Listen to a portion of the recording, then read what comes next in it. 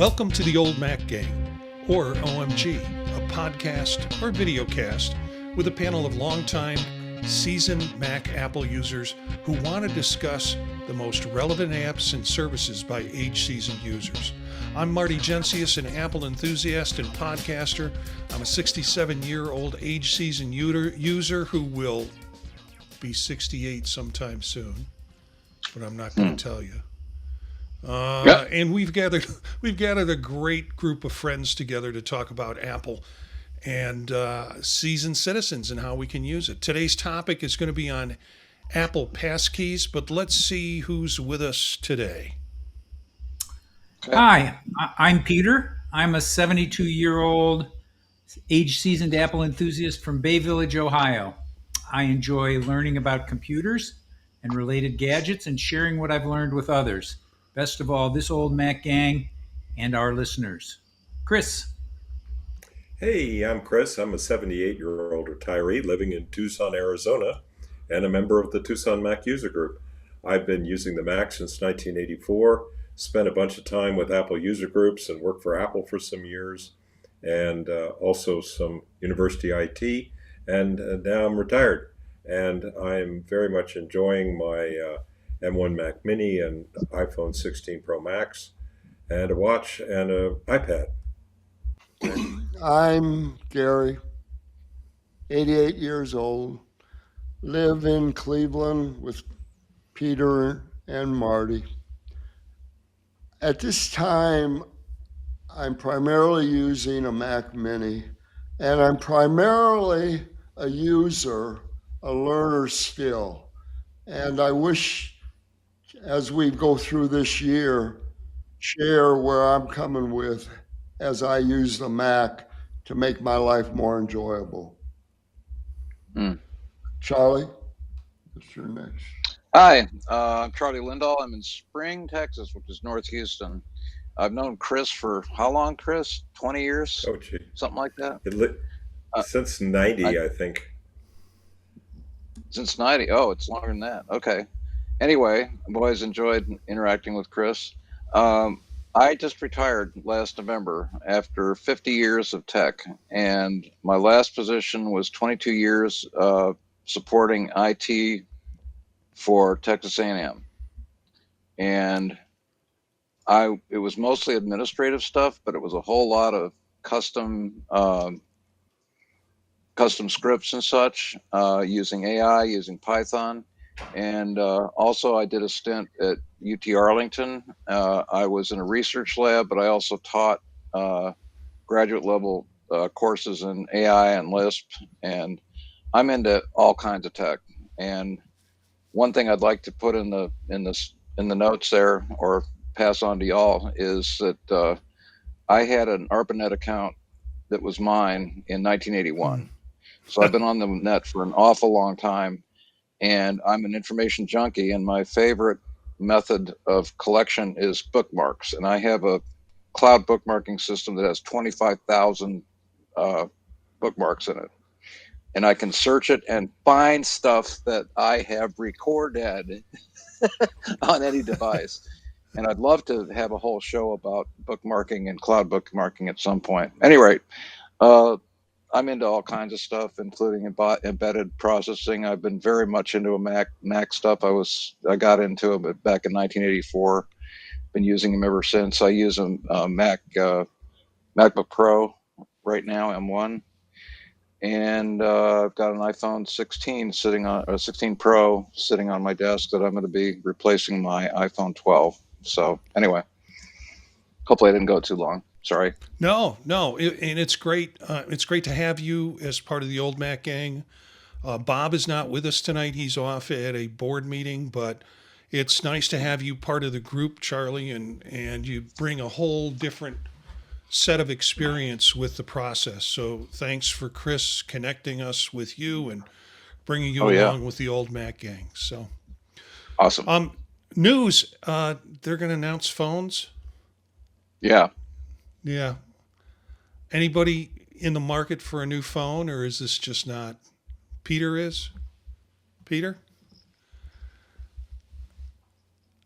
Yeah, I mean, unless they just offer something that's a nothing, I'm going to probably upgrade. I've been upgrading phones most years, so it's what I do. Yeah. I don't think you'll be disappointed, Peter. I don't know. I've still got to figure out we'll find out what's new and what's not new with the phones coming up on Tuesday. Will there be new, what do they call them, air drops, or what are the AirPods. AirPods 4, is one, but then also the tracking things. Whether we're going to see a new AirPod, not iPods, the disc. AirTags. Thank you. AirTags, yeah. This is what happens with seasoned Apple users. That should have been in my head, and I completely lost it. New watches, and we'll see. So that's new. We'll talk about it next week and see if there's any interest, or at least we'll give a little brief overview for folks who might want to know more about it. We're talking tonight about Apple Passkeys, and I've included a lot of material in the show notes and information on how to get started, and most importantly, some links on different articles. So if you're one of our listeners or one of our viewers, if you go to the show notes when this is posted and when you pick this up in your podcast server, just look in the show notes and you'll have links to all of these different things that we're talking about. But for those of you who want to get introduced to Passkeys, some of the articles. So one of the articles here is from Wired magazine, and this just came out today. I saw it in my feed because I have a subscription to Wired. Just wanted to try it for a while, and this article happened to pop up. It's how passkeys work and how to use them. For our viewers or listeners, a little bit technical, but it gives you a complete history of what passkeys are and how they differ from two-factor or multiple-factor authentication. Actually, there's a lot of similarities with it, how they're stored, and why Wired thinks it's going to be the future. In fact, they say it's going to knock out passwords altogether, that we won't need to worry about passkeys. We won't need to worry about passwords because passkeys will take over. Another article, well, it's not an article, it's a YouTube video from Apple. And it's when Passkeys came out, and it's the video description, about 7 minutes, 8 minutes long, on what Passkeys are in Apple's description. Also, there's something from the iPhone user guide about how to use Passkeys to sign into websites and apps. And then security of Passkeys. This also comes from Apple support, and it talks about credential security and synchronization. And then how to use Passkeys on your iPhone and iPad and Mac, a good How to Geek article that we have listed in there. Another article from Pocketnow on what are Apple Passkeys and how to use them on your iPhone, iPad, and Mac. And then finally an article from the SDM Foundation about technology, how to use Apple Passkeys.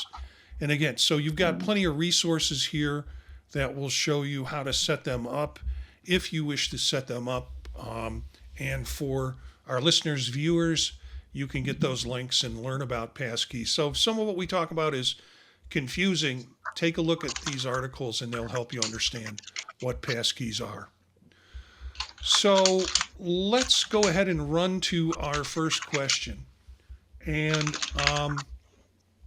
question one is very simply, do you use Passkeys, or what do you use if you don't use Passkeys?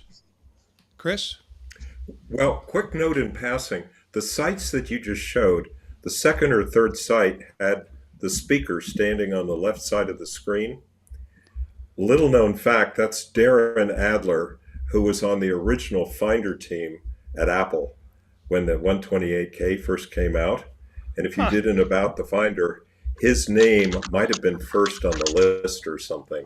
And I think it's so cool that he's back at Apple working on technologies and no doubt writing some code.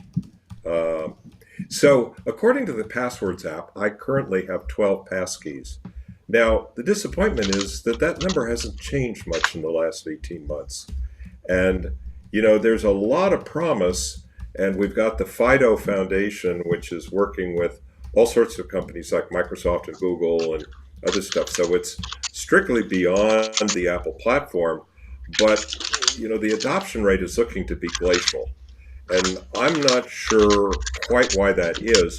When they're working well, and I go to a new website, when the password time comes up for an account, it should just automatically say, "Do you want to make a a passkey?" And hopefully, we'll see more of those. I just don't see them that often. I don't know about you guys, but I wish, it is such a great technology. Like when I log into Amazon, the login is so quick, I don't know what happened. If I blink, I'm there. So it is so much faster than typing in a username and password. And the security is infinitely better. So, I'm just wondering why there isn't greater adoption, I guess. Gary? Well, I use them wherever they show up. As you know, I've started moving over to dictation. I'm using Chris's proofreader all the time. So I'm trying to simplify whatever I'm doing on the Mac.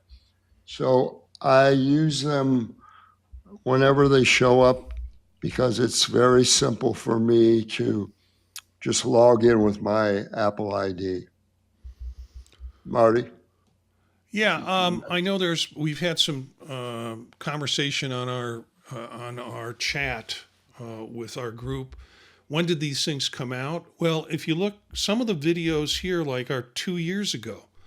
So although it feels relatively new, and it does feel relatively new, it's been around in some capacity for at least 2 years.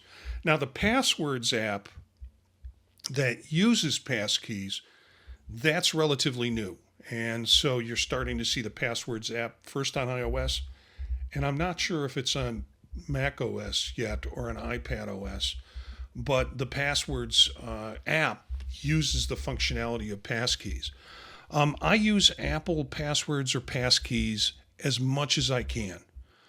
I trust Apple for security and storage. There have been a lot of password services that have been hacked. LastPass is one that there were problems with for years. And so the idea that Apple was introducing a password/passkey system was real exciting.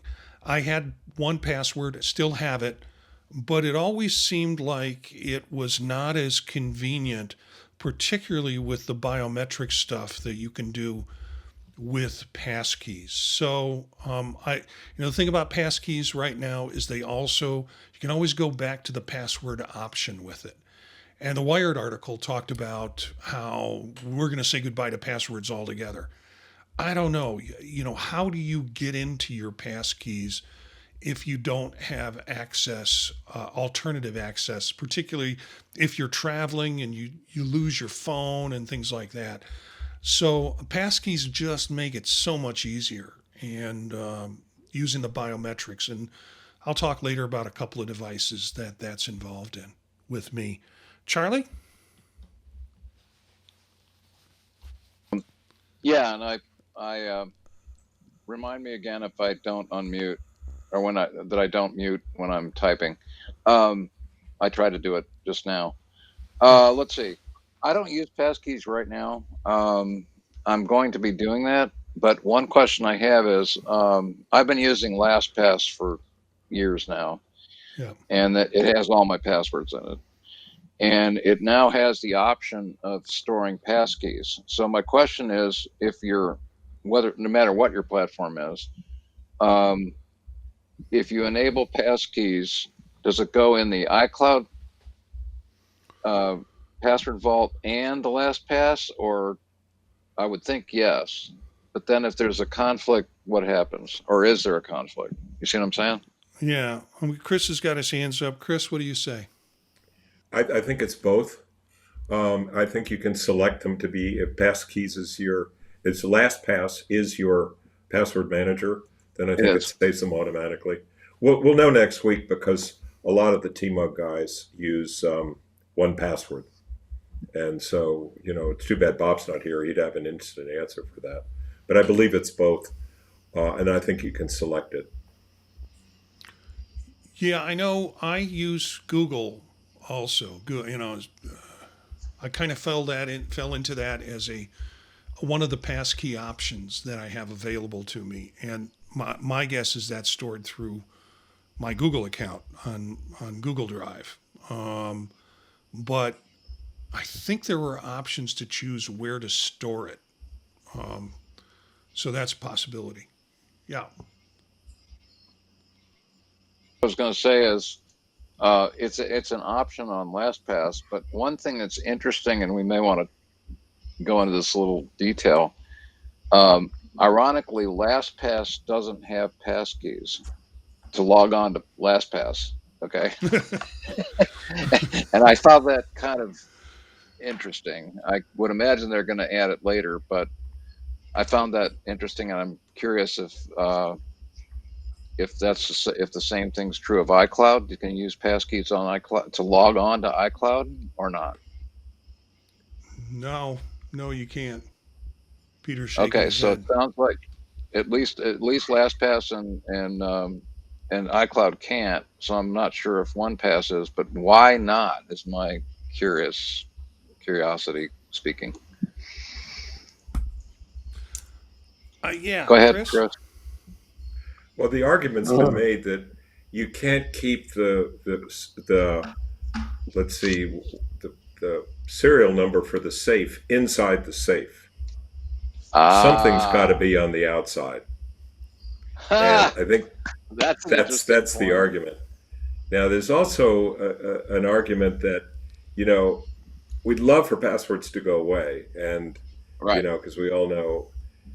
But the problem is, if your passkey doesn't work on a website, then you have to fall back to your password, at least today. So I'd be interested to see what Wired has to say on how you can get around that. Okay, Yeah, could you put the Wired address into the chat, please? It's directly in the show notes. Oh, I didn't see it. Okay, sorry. Go ahead. Somebody else was talking. Yeah, well, Peter, do you want to talk about your use in terms of passkeys? Sure. I do use passkeys, and I generally like the ones I have. All the ones I have are housed in iCloud. I have 11. I guess I have a love-hate relationship with my Condé Nast passkey, which annoyingly Condé Nast signs me out of the New Yorker every 7 to 10 days. And at least I get back in nearly instantaneously with zero friction. My most recent passkey is 8 months old, so I don't think there's any tidal wave happening right now. So I have no expectation that the signing in mishmash will be gone soon. I would note that the Apple ecosystem already makes a lot of two-factor and multi-factor authentication schemes work much more smoothly by, throwing authentication codes, right at me as soon as they come in over a text message or an email. Yeah. Very good.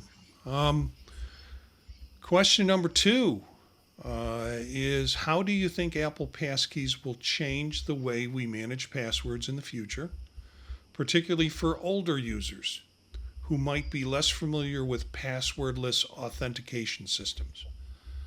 And I think that's part of the challenge in this new technology is getting people to understand it and how it works, or simply just know how to use it.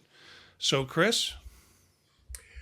I like Peter. I haven't arranged for a new password in quite a while, but when it was working before, literally in the password section of a new site, it would say, "Hey, do you want to make a passkey?" And you'd say yes, and they might say something like "hang tight," and in about 10 or 15 seconds, it would say, "You're done." And by then, all the stuff would have gone back and forth. and the keys and the trust and all of that. It's set up. Another thing I was thinking about in terms of this is we've got sign in with Apple, which I'm using a lot more than I used to. And I hide my email quite a lot. I think I've got close to 100 of those. And wouldn't it be nice if when we were doing that, it would ask for and set up a passkey at the same time? Mhm. Now, of course, the problem would be, right, what if the website doesn't support passkeys? What's going to happen in that event? Will the website just kick you out, or what will happen? So that could be a problem. But I think there are things that could maybe light a fire under this thing and get it going a little bit more, because everybody knows it's vastly superior technology. Gary. Well, I think the vendors will drive it, just like they driving no cash in some of the coffee shops that I go to.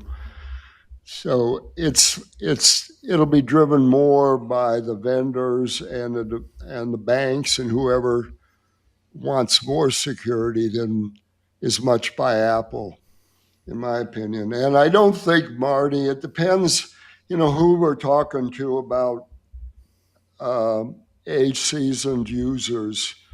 Those of us who want to be on the cutting edge, or at least close to it, will get on the bandwagon and find out how to solve the problem. I'm finding it's a risk-reward environment I'm living in, so where I use very simple, easy to remember passwords, I use them. Where I'm using complicated ones developed by Apple, and I've been a long time user of 1Password. I was surprised they were still in business, but there's something I think about them that still allows people who are users over a long period of time feel committed to them. So I'm looking forward to seeing more of them, Face ID, voice recognition, excuse me, anything to make my life simpler, easier, and more enjoyable, Marty. Or I guess Yeah. Charlie's next. No, it's up to me at this point.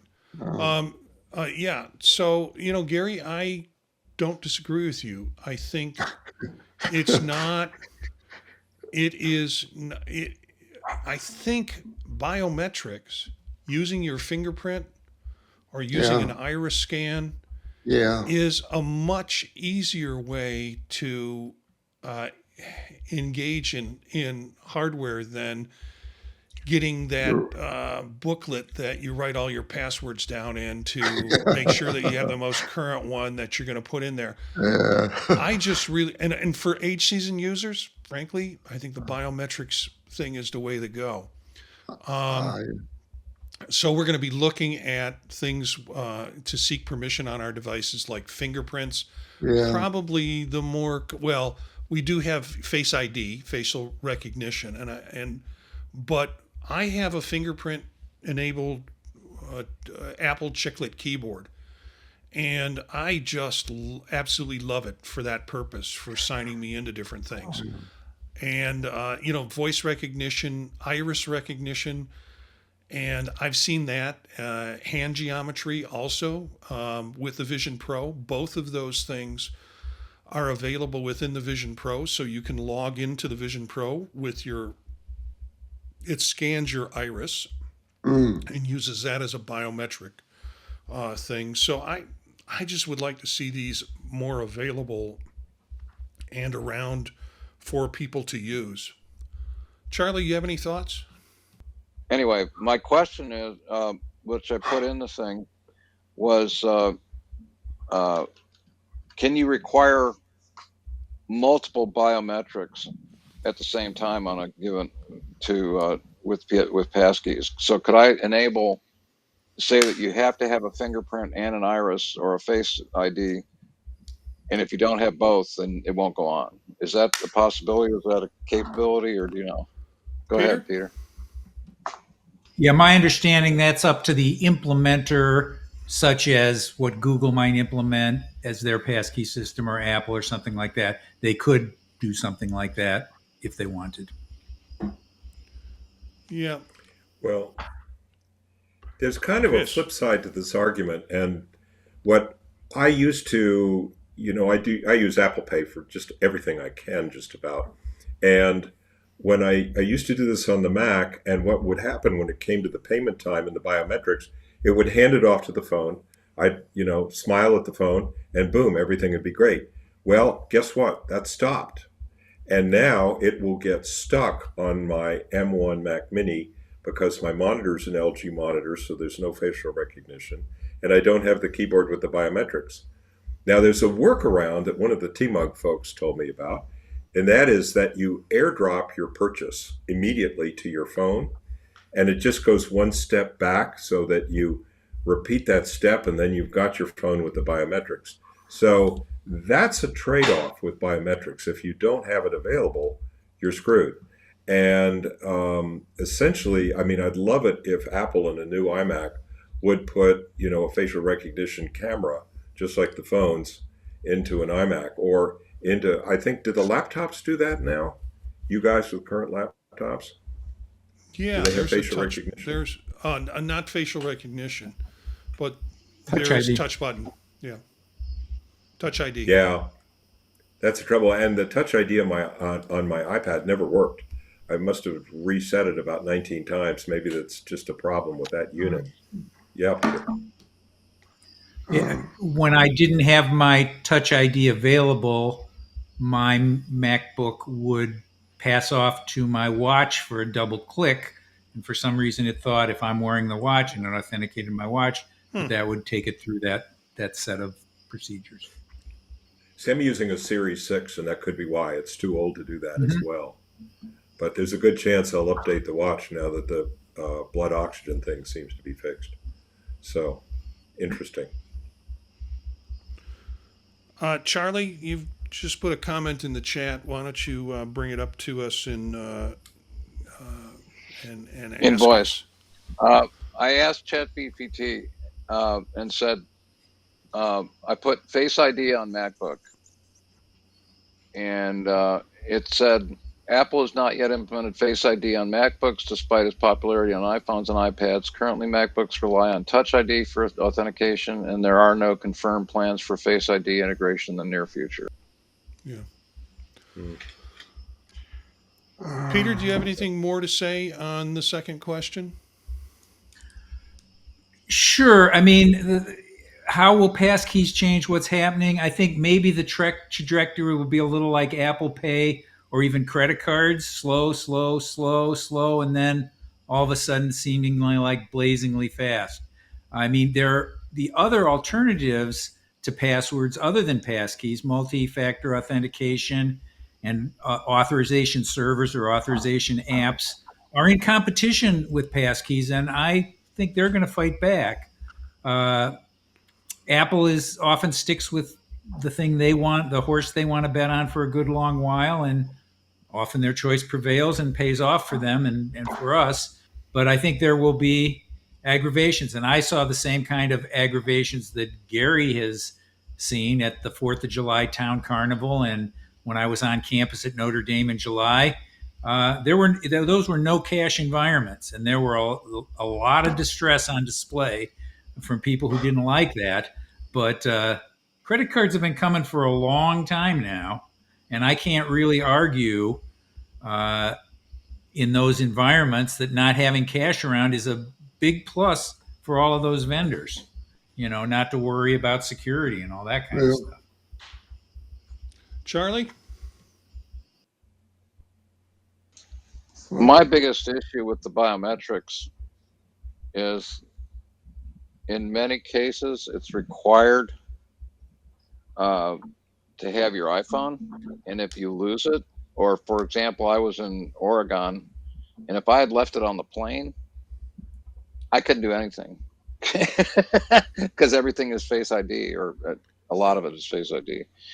So that somehow needs to be fixed, and I'm not sure how. Yeah. Gary, Do you agree have with any? me that you lose your What? phone and you're screwed? Well, You better find a way to keep your phone then.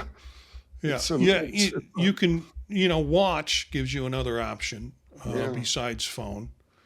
But the idea then Oh. of you lose a know, phone, you can go online and on a computer and go to your cloud and set that up. Wait a Marty, minute. How do that you do really do is. that? Go ahead, Gary. Marty, that really is the key. We've talked about the watch from in a number of shows for older people. You put the watch on in the morning. I've been taking mine off at night though, but I've always got my watch with me.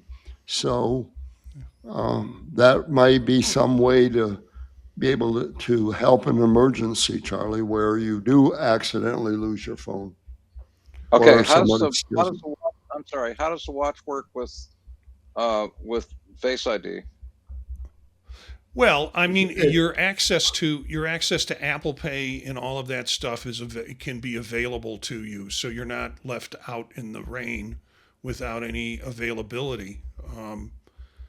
So yeah, As long as you're using Apple stuff, but if you're on Google, for example, it doesn't know how to talk to the watch, I don't think, or does it?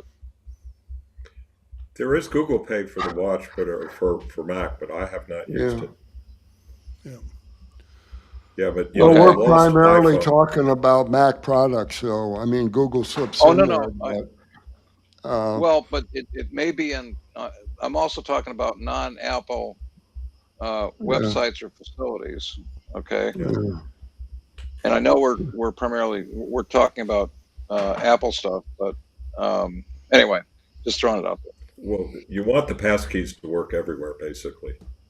But yeah, the lost phone thing, the ultimate nightmare was my friends from Perth, Australia, were in London visiting their daughter, and the wife left her phone in a cafe, and of course Oh, it was wow. gone. And it was Yeah. like, I think, a weekend, and their bank in Perth was Uh-oh. like 12 hours away in a time zone, and their system kicked out the purchase of the new iPhone. So she was like Oh, without an iPhone for about 48 hours. And, wow. I mean, it's almost as bad as your passport, So, this is something to think about. And iPhone theft is very real in Europe. And London is apparently one of the worst culprits. But all of the big cities in Europe, you're recommended to keep that iPhone in your pocket. That's why I love the watch, because I do all my purchasing on the watch. Yeah, Charlie, Yeah. one of the solutions is, and you have this opportunity coming up in next Tuesday, well, not next Tuesday, 10 days or so from now, is to buy two iPhones. So when you leave one on the plane, that you can have the second one in your pocket, and that will solve your problem. You're not just thinking broad enough. You need to travel with two iPhones. Gary, do you have anything else to say in terms of experience with older users and no. with this? I'd like to say I wish Apple would make biosensors more available on more devices. Yeah. All I'll say is, Peters, I just hate to spend that $200 and buy a new Apple keyboard so I could use touch. Yeah. So I'll take the time to type in the Apple ID, but I do agree with your saying, because on my Air, there are other devices, there are Touch ID, which we haven't quite talked about as much maybe as we should have. Yeah. I just wish it was on more devices. So fingerprints, the keyboard is essential. And as much as I like to use Face ID on my phone, I think it would be great if it was just available on as many products as they could put it on. If they put it on a mouse, even in terms of fingerprint, there are lots of peripherals that could benefit from it. Charlie? Yeah, real quick. I request to Apple, could they put it into did they put some sort of biometric on an AirTag? I don't know. And see, that would be interesting because those are $20 a piece. Instead of having to get two iPhones, I could have an AirTag or a bunch of AirTags if they had some sort of biometric in there, then it'd be a cheap way to replicate your iPhone, right? Yeah, I It's mean, a thought. you'd have to, yeah, you'd have to do some thought in terms of that with RF. Peter, do you have anything on biometrics and ways to improve it? Well, I am not for the rush to biometrics, okay, at all. I'm against Okay. it. Okay. I don't want my purchases of ebooks and movies and music. I want those to go to my heirs the same way I would assign books and DVDs and Blu-rays, CDs, cassettes, vinyl, whatever. So I don't want to have to biometrically authorize everything. Now, the current design of passkeys from Apple allows them to be shared and assigned. Okay, so I can share my passkeys with my daughter, and if I get into trouble somewhere, I can call her and get assistance from her. And, I'm a person who lost their passport when I was over in Germany one time. Okay. I mean, I know things can be a hassle. I've seen my sister, lose her iPhone or forget her password or something like that on a holiday weekend when she's out of town, and it was a lot of distress. But I still think we want to, that my thing is we want to have assignability, and I expect to see things for older people who have trouble with the biometrics, because I mean that was part of the question that you asked for number 3, Yeah. to avail themselves of their family members, maybe concierge services if they're particularly wealthy, if that isn't happening already. And I want to keep the biometrics a little bit parceled away from things I have bought online. I want to, I want to buy those with, Peter Petto LLC, not me as a person, so that corporation could live on beyond me and be utilized by I, my you nieces know, and I nephews. have given my son strict instructions that on my passing, he needs to cut off my right hand. Uh, and that takes care of the biometrics thing. He has access to all of my Ooh. accounts. It's much easier than giving him a password book. But I like the ideas of being able to share passwords. I just don't think I'm going to have to get a lot older and he's going to have to get a lot more mature before I'm ready to send him my passwords. Well, you don't. I mean, you send them some authorization. You obviously have to do this with someone you trust during your lifetime. I mean, obviously, that's if you say I can't trust anybody in my family, and I, can't hire a trustee from a bank or somewhere to do what I want. That's a different problem. But there are ways if you lose your biometrics and stuff like that to recover accounts and stuff like that. Even now, I guarantee you that and Apple struggles with this. Chris, you probably know the entire procedure they have when you forget your password. You come in, you show them a bunch of things that you're the person who bought this and that and the other thing. I mean, it's a lot of rigmarole, but they help you. Yeah. Probably easier And to get an appointment with the Pope. Hey, But yeah, one of the things that really grills me, and I don't often complain about Apple prices, but the short keyboard like I use, without the keypad, with the fingerprint ID, is $149. Now, you can go out and buy great Logitech keyboards for a third the price. And that is a little steep. And with the keypad, it's $179. I mean, geez Louise, that's a lot for a keyboard. And, if I've been sort of forced into that. In fact, T-Mug sometimes does some stuff with the Suffolk Mac user group in England. And they gave a great presentation on passkeys about a year ago.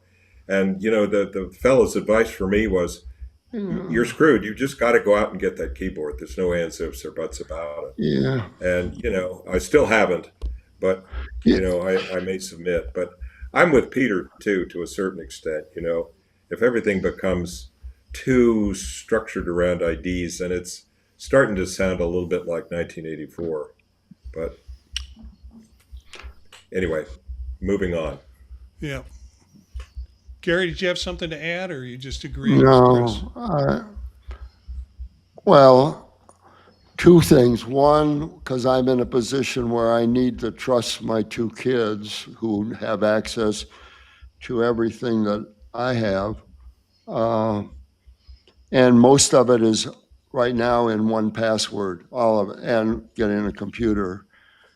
The other thing is, Chris, maybe, and I've been reluctant, I use the word $200 to buy a keyboard, but right now I have a wired original, I don't know when I got it, Apple Chiclet keyboard that I'm still using. So, it could be $20 a year to use it for 10 years that it may last.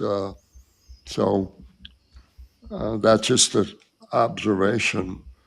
Yeah, I'm a big fan of the chiclet keyboard, and I got addicted to them a long time ago. And what got me addicted to them is I have very big, fat fingers. And the keys that require you to press it down, I always get stuck on those, hitting multiple keys or getting caught between them. And the chiclet keyboard doesn't do that for me. So I've stayed with that route. I've occasionally got another keyboard and tried it out and tried to do an alternative. And, here's this new one that glows up and it has keys that have different colors on them and things like that. Yeah. But I still need that very short clearance and open space that a chiclet keyboard has. So the passkey thing is just an extra added piece for it in terms of, my ability to just enter those things quickly by using my index finger. So, Charlie, you got some. Yeah, real quick, I put in the chat, nose biometrics. And I found an IEEE article and another one. And the idea of not doing full facial recognition, but just nose recognition. And I'm surprised I haven't seen that happen. So Kind of an interesting idea. I mean, I'll put those articles in the show notes for folks, but how do you do nose recognition? You use the face recognition, but it's just your nose. Okay. It's face recognition, but it's algorithmically, it's a lot easier on the processing side. But it would also mean you don't have to worry about, which thumb you're on or, which finger you're on, that kind of stuff. For biometric. I'm just throwing it out as, is there a thing called nose biometrics? And there is such a thing, but I haven't seen it. So anyway, go ahead, Peter. Yeah. Apple already uses a bunch of nose biometrics, and that's part of identifying somebody when they have their glasses off versus when they have their glasses on. That's because they give additional weight to the LiDAR around the nose. Interesting. Cool. Okay. Yeah, and I would imagine, I would hope that Apple starts seriously considering face recognition on some of their monitors and some of the MacBooks and such, that'll come up. Yeah, Peter. I hate to say that Windows has done face recognition on their laptops for quite some time now. Yeah, you said the dirty word, Windows. I'm sorry. Yeah. They do some good things. Yeah. And then we by fix accident. them By accident. we fix them and make them better. Right. That's okay. Well, let's call it a show for tonight. And thank you all for being with us. Peter, Gary, Chris, Bob is busy with a board meeting tonight. And Charlie, thanks for joining us tonight. And thanks for bringing in your knowledge and your ideas and nose recognition. Is something that we'll have to look up next. But thanks for everything that you shared and being part of the old Mac gang. So did you get my email, by the way, Marty? Yeah, I did. Yeah. Okay. I just want to make sure that I had the right address there. I'd love to suggest some other topics and such. So anyway. Okay. All right. Well, thanks for having me. Take a look at them. Yeah. And, we'll put that in the mill in terms of possible topics. We're always looking for good topics for the show, particularly as they fit with our age range and our age group. You want to know more about us? You can email us at thepodtalknetwork@gmail.com. Your feedback helps us tailor programs for you, age season users like us, who want to continue using our Macs to make our lives more enjoyable. Our website is thepodtalk.net, where there are other projects on there and podcasts that I'm working on. So take a look at that for other areas of interest. And we'll wrap up this episode. Our next live episode will be Wednesday, September 10th at 9 p.m. Eastern Standard Time through YouTube, where you can watch this crew live on youtube.com/@oldmacgang. You can always pick up the podcast or video later if you miss a live show. Please share us with your friends and Mac user groups. It's kind of a fun group to get used to. And as Gary said, in our conversations, we all bring our different personalities to this. And you listen to enough of these, you'll pick up on the personalities, and it becomes really a sense of having a gang. Our music is by Philip Gross, Marrakesh, courtesy of the Free Music Archive, part of the Creative Commons. More information about this and other podcasts, as I said, are on thepodtalk.net. Thanks to the group, Chris, Peter, Gary, and Charlie for joining us tonight. And Bob, we'll see him again sometime soon. Thank you for being part of the Old Mac Gang, and we'll see you next time.